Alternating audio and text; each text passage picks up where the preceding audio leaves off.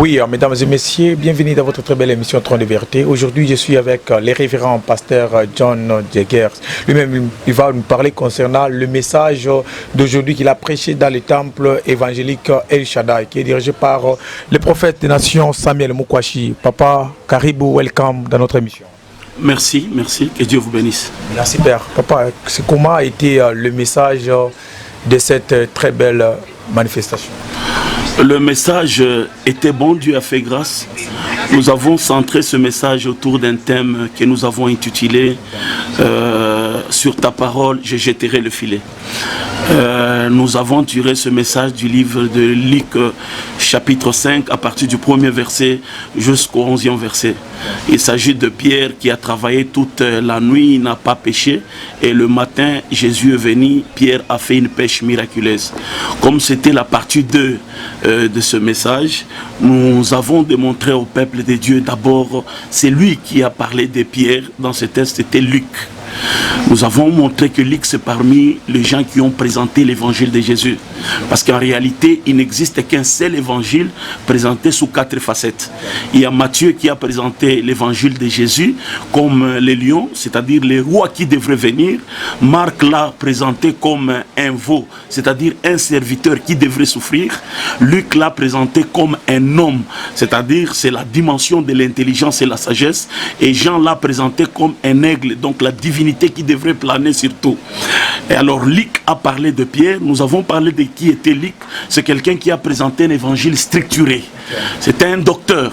C'était quelqu'un qui a suivi la méthodologie après plusieurs recherches. Je parlais que Luc était quelqu'un qui a bien présenté l'évangile et j'ai démontré à l'église que nous devons être aussi de bonnes personnes pour présenter les autres.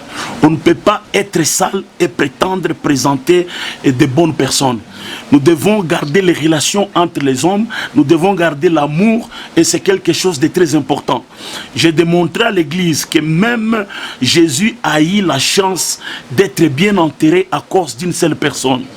La personne qui a enterré Jésus-Christ, c'était, je parlais de Joseph d'Arimathée. Joseph d'Arimathée qui est allé voir le sacrificateur Ponce Pilate, il lui a demandé de lui donner le corps de Jésus-Christ afin de l'enterrer. Donc j'ai démontré que Joseph d'Arimathée n'était pas disciple de Jésus, il n'était pas dans l'église de Jésus, mais à cause de ses relations, ses bonnes relations, il a eu l'audience auprès de Pilate sans problème. Parce que selon la culture romaine, quand on pendait, on crucifiait quelqu'un sur la croix, il n'avait pas droit au tombeau. C'est-à-dire le corps allait rester, être à la merci des oiseaux. Donc si Jésus a eu la chance aussi d'être bien enterré, c'est à cause des relations que Joseph d'Arimathée avait. C'était la première des choses. La deuxième des choses, j'ai montré comment Luc était une bonne personne. Quand vous lisez dans 2 Timothée chapitre 4 à partir du verset 7, c'est Paul qui dit à Timothée, j'ai combattu les bons combats, j'ai achevé la course, j'ai gardé la foi, désormais la couronne m'a été réservée. Il dit, tout le monde m'a fui, regarde, Luc est resté avec moi. Je parlais que l'église a besoin de Luc. Luc c'est un docteur, c'est un médecin, il sait cibler la maladie, il sait donner les médicaments, il sait cibler la souffrance, il sait donner la solution. Et c'était ça la première chose. Et la deuxième des choses, j'ai démontré que quand Pierre a péché, Jésus l'a croisé où? À l'eau, à l'endroit de son travail. La bénédiction de Dieu nous croise à notre poste de travail. Ne nous croise pas ailleurs et ne peut pas venir nous chercher ailleurs. C'est là où nous servons le Seigneur que Dieu veut nous bénir. Et la troisième des choses, quand Jésus vient, il trouve Pierre en train de laver les filets. Il était découragé, dépaysé, désemparé, parce qu'il a travaillé toute la nuit avec échec. Et quand Jésus vient, là où il voit le filet d'être lavé, lui, Jésus donne la solution. J'ai dit à l'église que toute fin n'est pas la fin. La fin selon les hommes peut être le commencement selon Dieu. Voilà. Et la quatrième des choses, j'ai démontré à l'église que Jésus a dit à Simon-Pierre, avance en plein eau. C'est Simon qui avance dans l'eau seul. Mais pour jeter le filet, il dit jetez vos filets. Voyez, il dit à Simon au singulier avance, mais jeter le filet devient la deuxième personne au pluriel. Donc, Dieu, quand il nous bénit, il fait de nous une source de bénédiction. Quand il nous appelle, il nous fait une source de bénédiction. Aucune source ne boit sa propre eau. Vous comprenez? La source, elle est là pour abreuver les autres. Aucun arbre ne peut manger ses propres fruits. Donc quand Dieu nous fait des sources de bénédiction dans l'église, c'est pour l'être aussi pour les autres. Et je démontre à l'église aussi une autre chose. Après avoir péché, regardez, Pierre il a eu peur, il était effrayé. Il dit, il était saisi d'une émotion épouvantable. C'est que la bénédiction de Dieu nous amène dans la peur, dans l'humilité devant Dieu. Il y a des gens qui sont orgueilleux pour rien.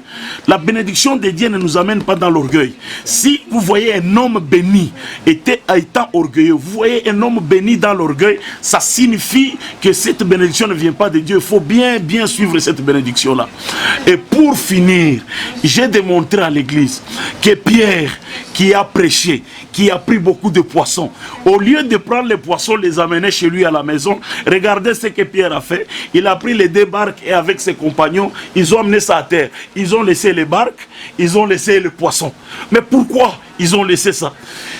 Pourquoi ils ont laissé? Ils devaient prendre. Ils ont compris que c'est lui qui nous a donné les poissons. Il est le créateur de poissons. Nous suivons celui qui a créé les poissons au lieu de nous approprier des poissons. Parce que ces poissons peuvent finir. Mais si nous suivons celui qui crée les poissons, il nous en donnera encore un autre jour. Je démontre à l'église que c'est mieux d'être attaché à Jésus-Christ. C'est lui qui est au-dessus de tout. Selon ce que la Bible dit dans Éphésiens, Philippiens chapitre 2. Ayez en vous le sentiment qui est en Jésus-Christ, lequel existant en forme de Dieu, n'a pas regardé comme une proie arrachée d'être égal avec Dieu. Il s'est humilié lui-même, prenant la forme de serviteur, se rendant obéissant jusqu'à la mort, même jusqu'à la mort de la croix. C'est pourquoi aussi Dieu l'a souverainement élevé. Il lui a donné un nom qui est au-dessus de nous, afin que tout genou dans les cieux sur la terre puisse fléchir et que toute langue confesse que Jésus-Christ est Seigneur à la gloire de Dieu le Père. Voilà ce qui a constitué l'apothéose, la quintessence du message que nous avons donné au peuple de Dieu. Que Dieu vous bénisse. Merci notre Père. Ou sinon, mesdames et messieurs, nous sommes à la fin de notre entretien avec le révérend pasteur John Baye.